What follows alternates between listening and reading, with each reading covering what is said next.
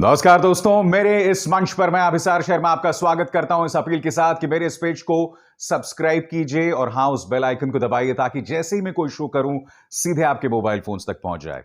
दोस्तों, कायदे से मुझे यह सवाल पूछना चाहिए था कि आखिर प्रधानमंत्री नरेंद्र मोदी, गृह मंत्री अमित शाह, उत्तर प्रदेश के मुख्यमंत्री योगी आदित्यनाथ और मध्य प्रदेश के मुख्यमंत्री शिवराज सिंह चौहान के कार्यक्रमों में जो पैसा खर्च किया जा रहा है वो जनता के आकस्मिक फंड, आपातकालीन फंड को तोड़कर क्यों किया जा रहा है। मगर आज मैं कुछ और पूछने को मजबूर हूं। मैं ये पूछने को मजबूर हूं कि आपने मध्य प्रदेश में बिरसा मुंडा के जनजातीय कार्यक्रम में, जनजातीय गौरव दिवस में 23 करोड़ रुपए खर्चे, 23 करोड़ रुपए खर्चे और सिर्फ लोगों को जुटाने के लिए इन्होंने कम से कम 13 करोड़ रुपए खर्चे। मगर बावजूद उसके दोस्तों, आपके स्क्रीन पर यह वीडियो बतला रहा है कि प्रधानमंत्री नरेंद्र मोदी के सम्मान में जो कार्यक्रम किया गया मध्य प्रदेश में, वहां लोग ही नहीं जुटे। 23 करोड़ रुपए दोस्तों, यह एक आपराधिक खर्च है क्योंकि यह पैसे खर्च किए जा रहे हैं हमारे आकस्मिक फंड से।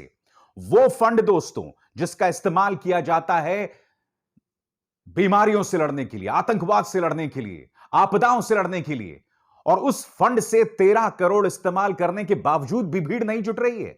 और यह बात सिर्फ मध्य प्रदेश की नहीं है दोस्तों, उत्तर प्रदेश में भी जो तस्वीर सामने उभर कर आ रही है प्रधानमंत्री और गृह मंत्री के कार्यक्रमों के लिए, वो बहुत ही शर्मनाक है। मगर सबसे पहले मैं आपको मध्य प्रदेश की हालत बताना चाहता हूं दोस्तों। एनडीटीवी की खबर क्या कहती है आपके स्क्रीन पर।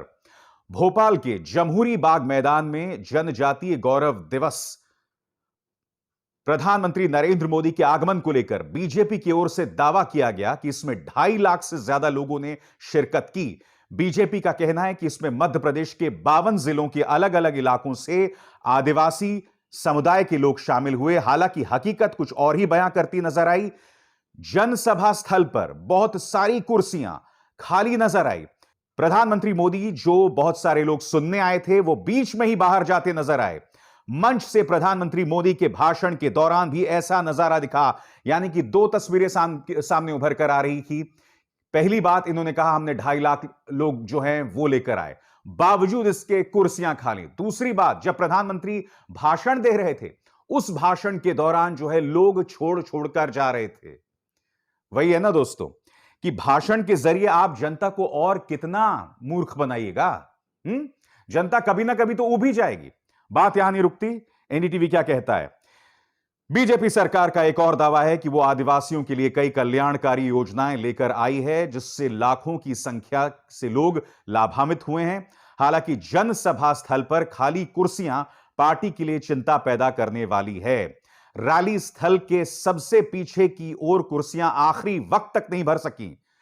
वही दावा किया गया था कि इस कार्यक्रम के आयोजन पर 23 करोड़ रुपए की रकम खर्च की गई है। इसमें से 13 करोड़ रुपए तो महज लोगों को यहां लाने के लिए, परिवहन, रहने, खाने पीने की व्यवस्था पर खर्च किए गए, जबकि 10 करोड़ रुपए के करीब साज सजावट और अन्य कार्यक्रम पर खर्च किए गए। 13 करोड़ का मतलब समझते हैं आप दोस्तों? एक देश के अंदर जहां भुखमरी है, एक देश के अंदर जहां कोरोना के बाद बेरोजगारी जो है वो तमाम रिकॉर्ड्स तोड़ रही है, एक देश जो कोरोना काल के दौरान जिसने साबित किया कि हम कोरोना का सामना करने को तैयार नहीं है, आपदाओं का सामना करने को तैयार नहीं है। और ये लोग हमारे फंड कहां से काट रहे हैं दोस्तों? ये लोग पैसे कहां से उगा रहे हैं? ये उस फंड से पैसे उगा रहे हैं जो कि बीमारियों से लड़ने के लिए है, आतंकवाद की घटनाओं से लड़ने के लिए है। और मैंने आपसे कहा दोस्तों, बात सिर्फ मध्य प्रदेश की नहीं, उत्तर प्रदेश की भी है। सबसे पहले इसी कार्यक्रम पर मैंने आपको सबसे पहले बताया था दोस्तों कि आजमगढ़ में अमित शाह की जो रैली हुई थी, उस रैली में धारा 27 का इस्तेमाल करते हुए इन्होंने आकस्मिक फंड से 40 लाख रुपए जुटाए दोस्तों। 40 लाख रुपए।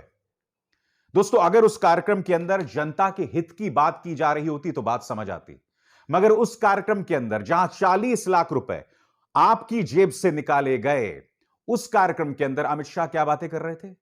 जिन्ना, जैम, मुख्तार अंसारी, तालिबान और न जाने क्या क्या। यह अपने आप में एक आपराधिक उदासीनता है जो योगी सरकार की दिखाई दे रही है दोस्तों। और यही नहीं, प्रधानमंत्री नरेंद्र मोदी का पूर्वांचल में कार्यक्रम है और इसमें किस कदर खर्च किया गया मैं आपको बताता हूं। मैं आपको महोबा के जो जिलाधिकारी हैं उनका खत अब दिखाने वाला हूं। इसमें 1600 बसेस की व्यवस्था की गई। प्रधानमंत्री नरेंद्र मोदी के पूर्वांचल एक्सप्रेसवे में जो कार्यक्रम है वहां पर 1600 बसों का इंतजाम किया गया है लोगों को लाने के लिए। आपकी स्क्रीन पर दोस्तों यह है सुल्तानपुर जिलाधिकारी का खत। इसमें लिखा गया है कि 2000 बसों की व्यवस्था हेतु जो है इंतजाम किए गए हैं। मैं आज एक सीधा सा सवाल मुख्यमंत्री शिवराज सिंह चौहान और मुख्यमंत्री योगी आदित्यनाथ से पूछना चाहता हूं। क्या आप साफ तौर पर मेरे इस सवाल का जवाब दे सकते हैं कि जो पैसा खर्च किया जा रहा है मध्य प्रदेश में, जो 13 करोड़ रुपए खर्च किया गया, वो पैसा कहां से आया? नंबर एक। और आजमगढ़ में तो यह बात प्रमाणित हो गई कि जो पैसा जनता के लिए है, वहां से आपने 40 लाख रुपए निकाले अमित शाह की रैली के लिए, गृह मंत्री अमित शाह की रैली के लिए। यही तस्वीर फिर से देखिए दोस्तों, महोबा में 1600 बसें और सुल्तानपुर में 2000 बसों का इंतजाम किया गया प्रधानमंत्री नरेंद्र मोदी की रैली के लिए।